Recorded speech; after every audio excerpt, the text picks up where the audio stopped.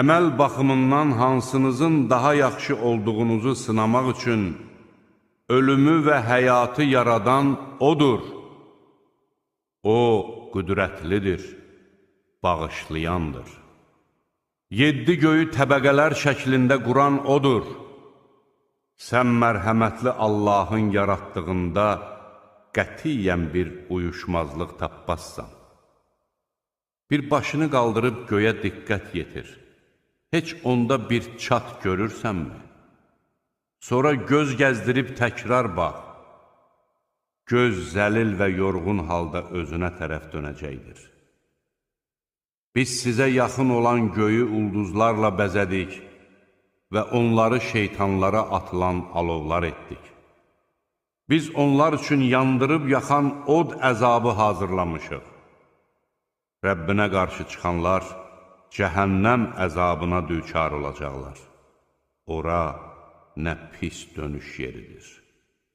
Onlar oraya vasil ediləndə onun dəhşətli uğultu ilə qaynadığını eşidəcəklər. Cəhənnəm qəzəbindən az qala parçalansın. Hər dəfə bir dəstə oraya atılarkən cəhənnəmin gözətçiləri onlardan soruşacaqlar. Məyər sizə xəbərdarlıq edən bir peyğəmbər gəlməmişdi? Onlar deyəcəklər, əlbəttə bizə qorxudan bir peyğəmbər gəlmişdi.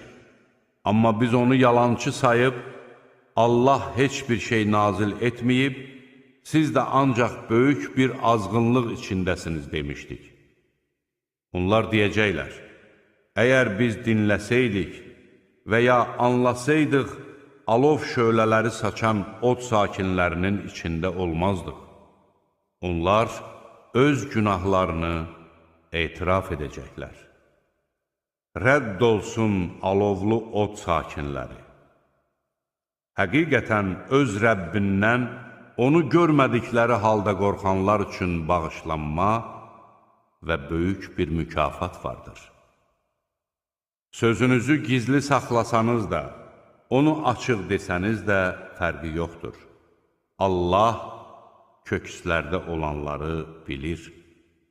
Yaradan Allah lətif və hər şeydən xəbərdar olduğu halda ola bilərmi ki, o gizlində və aşkarda olanları bilməsin? Yeri sizin ixtiyarınıza verən O'dur. Onun hər tərəfində gəzin və Allahın ruzisindən yeyin. Qayıdış da O'nadır.